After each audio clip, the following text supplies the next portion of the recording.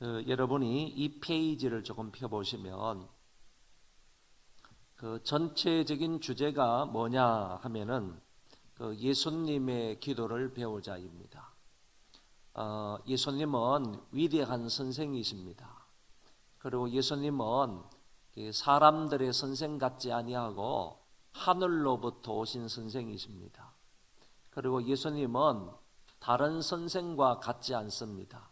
권세 있는 선생이라 이렇게 말씀을 하셨습니다.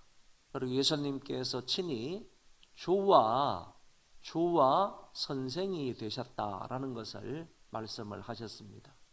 이런 분으로부터 우리가 기도를 배운다는 것은 상당히 감동적이고 은혜가 될 것이라 이렇게 기대를 할 수가 있겠습니다. 보통 선생으로부터 배우는 것이 아니고 위대한 선생, 권세 있는 선생, 하늘로부터 오신 선생으로부터 우리가 배움을 갖게 되는 것이니까 정말 감동적인 시간이 아닐 수가 없겠다 이렇게 생각을 합니다. 무엇을 배우느냐 하면은 기도를 배우는 겁니다.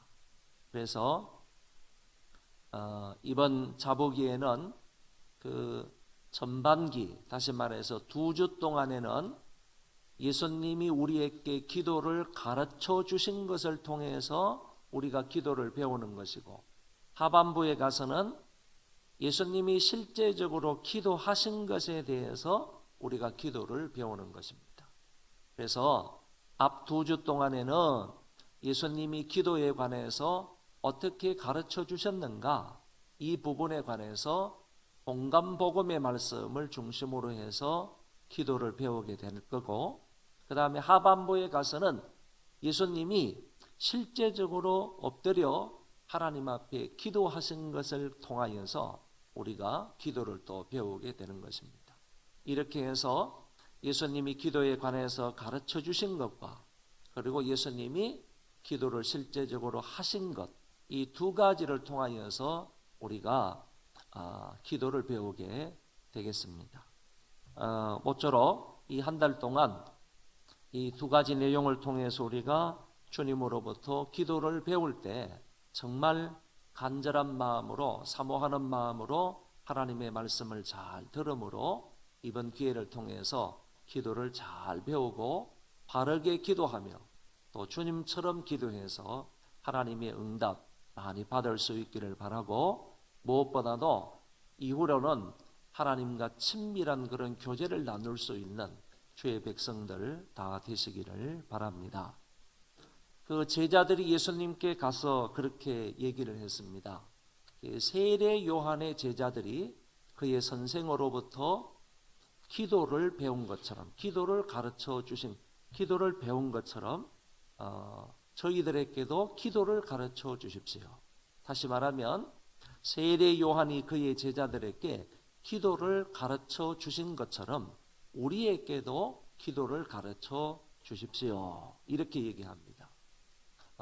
그 제목을 따가지고 다시 말해서 우리에게 기도를 가르쳐 주십시오 라는 이 말씀을 근거로 해서 유명한 책을 쓴 사람이 있습니다. 미국의 D.A. 카슨이라는 사람이 Teach us to pray라는 그런 책을 썼는데, 우리에게 기도를 가르쳐 주십시오 라는 그런 제목으로 유명한 책을 편집하고 쓴 것을 보았습니다. 오늘 우리 주님의 제자들이 예수님께 가서 우리에게 기도를 가르쳐 주십시오, 이런 마음, 이런 심정으로 우리 주님으로부터 기도를 배울 수 있는 복된 시간이 되시기를 바랍니다. 자, 오늘 마태복음 6장 5절부터 8절까지 본문을 가지고 이 첫째 시간입니다. 제목이 외식자와 이방인과 같이 기도하지 말라라는 말씀. 오늘 본문의 말씀을 두 단락으로 나눌 수가 있는데, 우리가 읽은 본문이 전체 4구절입니다. 그런데 이 4구절이 어떻게 단락 구분을 할 수 있느냐 하면은 2구절 2구절씩, 앞부분의 2구절은 유대인들을 향하여서 외식적인 기도를 하지 말라 하는 말씀을 하신 것이고, 두 번째 구절에 가서는, 두 번째 단락에 가서는 이것도 역시 두 구절입니다. 7절, 8절에서는 이방인들을 경계하면서 이방인들과 같이 중언부언하지 말라 하는 그런 말씀을 예수님께서 해 주셨습니다. 이렇게 본문을 두 단락으로 나누어서 간단하게 말씀을 드리도록 하겠습니다. 우선 첫 번째 단락에 나오는 그 본문의 말씀은 외식자와 같이 기도하지 말라 그랬는데, 본문에는 나와 있지 않지만은 외식자처럼 기도하지 말라 하는 이 말은 누구를 상대로 해서 예수님이 경계하신 말씀인가 하면은 그것은 바로 유대인들을 향해서 말씀하신 것입니다. 유대인들은 외식적으로, 형식적으로 기도하기를 좋아합니다. 다시 말하면 사람들 앞에서 쇼를 부리기를 좋아한다 그런 말이고, 또 사람들 앞에서 연기하는 배우처럼 행동하기를 좋아한다 이런 뜻을 가지고 있는 말입니다. 이 형식이라는 거, 위선적이라는 거, 이거 대단히 안 좋은 건데 예수님도 쉴 새 없이 유대인들의 형식적인 신앙생활, 외식적인 신앙생활을 강하게 질타하시는 모습을 누누이 볼 수가 있는데, 오늘 기도에 있어서도 유대인들의 형식적인 기도를 주님이 책망을 하시는 것을 볼 수 있다 그런 얘기입니다. 그러면 유대인들의 형식적인 기도가 어떤 기도이냐, 본문에 나와 있는 것을 말씀을 드리면, 이들은 어디에서 기도하기를 좋아하느냐라고 하면 회당과 큰 거리 어귀에 서서 기도하기를 좋아한다 이렇게 말하고 있습니다. 여러분, 실제적으로는 회당에서 기도할 수 있습니다. 회당에서 기도해야 됩니다. 회당 예배의 주 내용이 기도입니다. 적어도 그 안에는 여러 개의 기도 제목을 가지고 18개로 나와 있습니다. 18개의 기도 제목을 가지고 매 예배 때마다 회당에 가서 기도하도록 되어 있습니다. 그러니까 회당에서 기도하는 것은 당연하다 이렇게 볼 수가 있는 것이죠. 그리고 큰 거리 어귀에 서서 사거리 같은데 사람들이 많이 왕래하는 데에서 가서도 얼마든지 기도할 수가 있습니다. 단 이 사람들의 생각은 어떤 생각을 가지고 있는가 하면은 회당에 가서 기도하든 길거리에 가서 기도하든 사람들에게 보이고자 하는 마음으로 기도한다는 얘기입니다. 얼마든지 그런 장소에서 하나님 앞에 기도할 수 있지만은 그런 데 가서 기도할 때 사람들에게 보이기 위해서 기도한다는 얘기고, 더 나아가서 그런 데서만 기도하기를 좋아한다는 얘기입니다. 다른 데서 가서는 기도하기를 싫어하고 별로 좋아하지 않으면서, 기도하지 않으면서 꼭 그런 데에 가서만 기도하기를 좋아한다는 얘기입니다.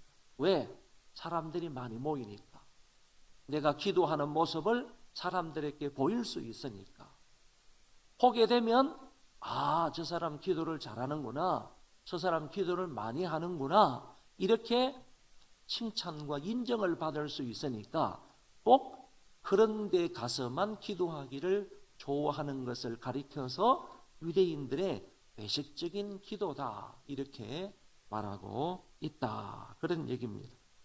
이 사람들은 그런 데 모여서, 아니면 그런 데 서서, 그런 데 가서 손을 높이 들고 하늘을 우러러 바라보면서 만군의 여호와여 그러면서 하나님의 이름을 부르면서 하나님 앞에 기도를 하는데, 이것은 분명히 자기의 마음을 하나님 앞에 보이기 위한 기도가 아니라 사람들에게 보이기 위한 기도이기 때문에 이거는 쇼하는 거다.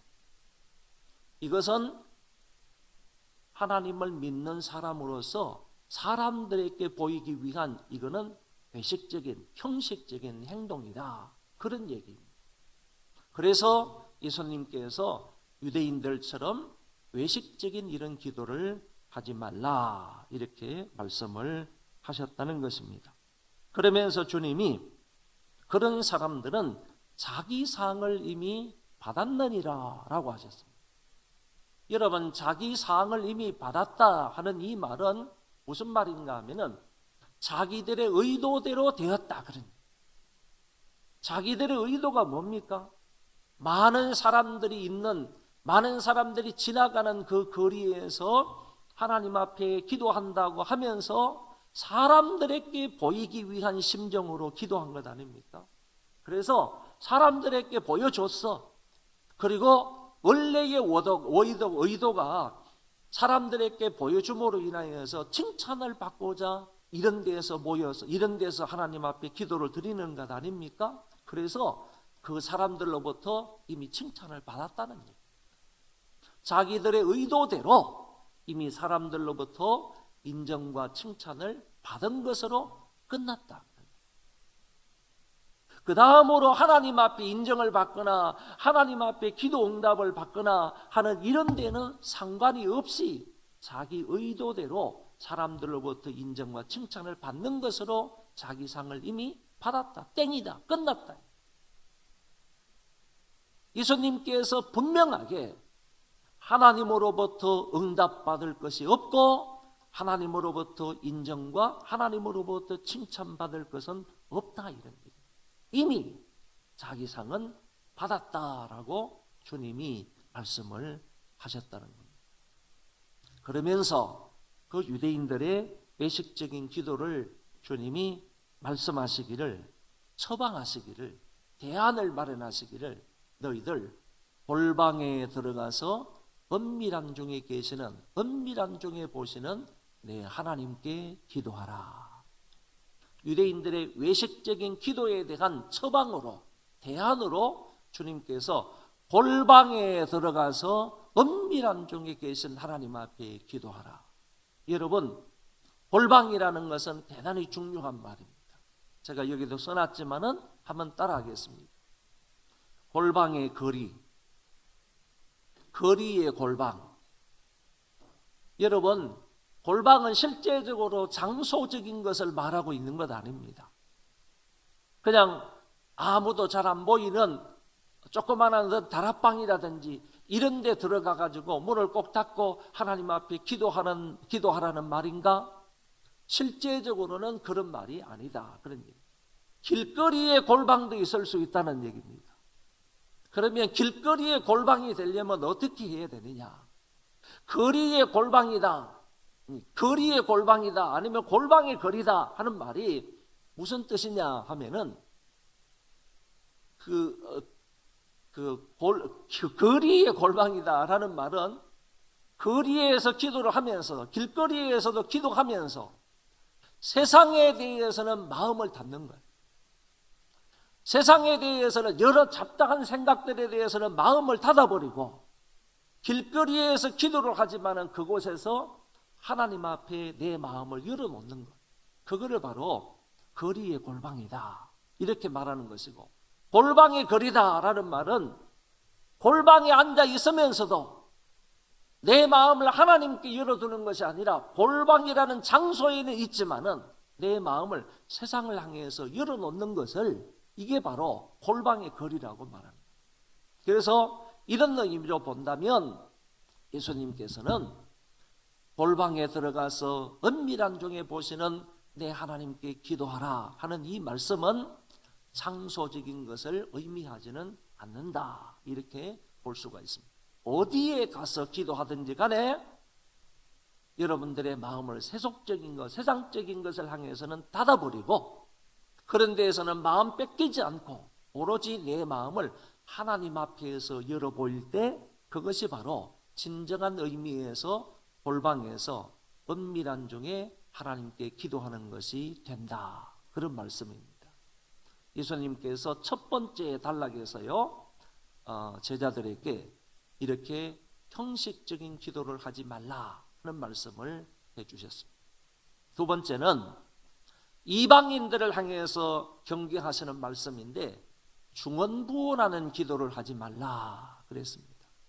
여러분, 중언부언이라는 말은 이 파트라는 말인데 이게 무슨 말이냐 하면은 어린아이가 전혀 아버지라는 의미를 알지도 못하며 아버지라는 단어의 개념도 알지를 못하면서 그냥 왔다 갔다 하면서 입술로 아빠 아빠 아빠 아빠 아빠 아빠 이렇게 부르는 것을 파트라고 하는 거예요.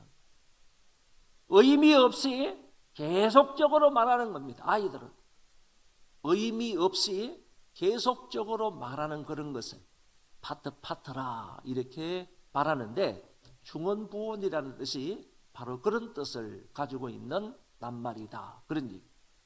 좀 더 정확하게 제가 거기에 4페이지 제일 밑에에서 5페이지 제일 위에 정의를 얘기했습니다. 하나님을 공경하는 마음이 없이 의미 없는 말을 반복하는 것을 말한다 그랬습니다. 하나님을 공경하는 마음이 없어요. 그러면서 의미 없는 말을 계속적으로 되뇌이고 되풀이하는 겁니다.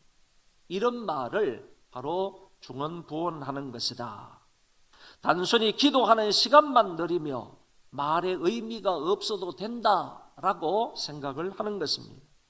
이 중언부언한 자들의 기도의 특징이 뭐냐 하면은 말을 많이 해야 들으실 줄로 생각해서 말만 많이 한다는 거예요. 말만. 중심을 보이지 않고요, 진실되게 정직하게 기도하는 것은 없이 말만 많이 한다는 거예요. 시간만 늘린다는 거예요. 말만 많이 하면 들으실 줄로 생각을 해서 기도하는 자를 중언부언하는 기도자다, 이렇게 주께서 책망을 하셨다, 그런 얘기입니다.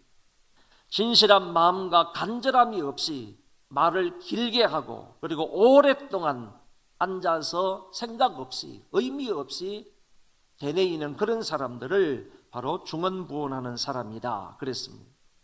그러면서 주님은 이런 기도를 본받지 말라고 단정적으로 말씀을 하시면서 구하기 전에 너희에게 있어야 할 것을 하나님 너희 아버지께서 아신다라고 말씀해 주셨습니다. 우리가 필요한 것, 우리에게 있어야 될 것, 우리의 간절한 기도 제목, 우리의 소원은요, 하나님께서 이미 아신다는 겁니다. 저와 여러분들에게 있어야 할 것 하나님이 이미 아신대요. 믿으시기 바랍니다.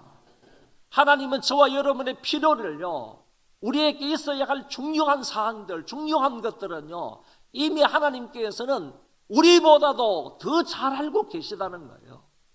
내가 나의 필요를 아는 것보다요, 내가 나에게 있어야 할 것을 아는 것보다도요, 우리 하나님은, 주님은 내 필요와 내게 있어야 할 것, 내 간절한 기도 제목, 하나님께서는 그것을 더 잘 알고 계신다는 얘기예요.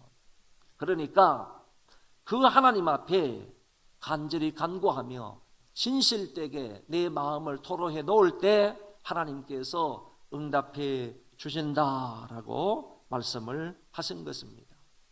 결론의 말씀은 한번 같이 읽어보겠어요. 여러분 보세요. 자, 첫째 문장 한번 읽어보겠습니다. 시작.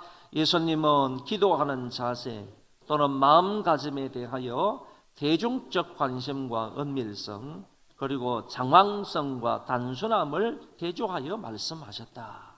여기 보면요, 대중적 관심과 은밀성은 유대인들의 형식적인 기도를 책망하시면서 그것에 대한 대안의 말씀을 이렇게 두 단어로 묶어서 표현을 한 거예요. 그러니까 유대인들은 외식적으로 기도하기를 좋아한다고 그랬는데, 외식적으로 기도하기를 좋아한다는 말의 의미가 대중적 관심을 가진다는 얘기입니다. 사람에게 보이기 위해서, 사람으로부터 칭찬과 인정을 받기 위해서, 대중적 관심을 받기 위해서 기도하는 것을 형식적인 기도라고 말하지 않습니까? 그 형식적인 기도에 대한 대안이 뭐냐? 그 형식적인 기도에 대한 주님의 교훈이 뭐냐라고 할 때 그거는 은밀성이다, 그런 얘기입니다. 골방에 들어가서 은밀한 중에 보시는 하나님 앞에 기도하는 것이다 라고 주님이 말씀을 하셨다는 것이고, 그 뒤에 장황성과 단순함이라고 하는 것은 바로 이방인들의 중언부언하는 기도를 이렇게 표현한 거예요. 그거는 장황합니다, 이거지. 그냥 길게 늘어놓는 거다. 의미 없이 그지 말을 되풀이하는 것이다. 하나님을 경외하는 마음은 저 없이 그 하나님 앞에 자기의 소원을 올리는데 길게 기도하면, 말을 많이 하면 이게 머치 스피킹, 머치 스피크라고 그랬습니다. 그러니까 too much speak를 하면 된다고 생각을 하는 그런 사람들은 이거는 이거는 형식적으로 죄송합니다. 이거는 중언부언하는 기도다 그런 얘기입니다. 그런 이방인들의 중언부언하는 기도에 대한 대책이 뭐냐, 대안이 뭐냐, 예수님의 교훈은 뭐냐라고 할 때 단순함으로 진실하게 기도해라. 그런 얘기를 여기에서 제가 요약을 해서 쓴 것입니다. 계속해서요. 주님의 교훈을 시작. 주님의 교훈을 따라 우리는 형식적인 기도와 중언부언하는 기도를 중단해야 합니다. 언제나 하나님 경외하는 마음으로 간절히 기도하여야 합니다. 그리고 엄밀하고도 단순하게 기도해야 하는 것입니다. 오늘 이 한 시간에 예수님께서 말씀하신 것처럼요, 이런 형식적인 기도하지 말고 중언부언하는 기도하지 말고 정말로 간절함으로 진실되게 단순함으로 하나님 앞에 기도할 수 있는 우리 모두가 되시기를 바랍니다.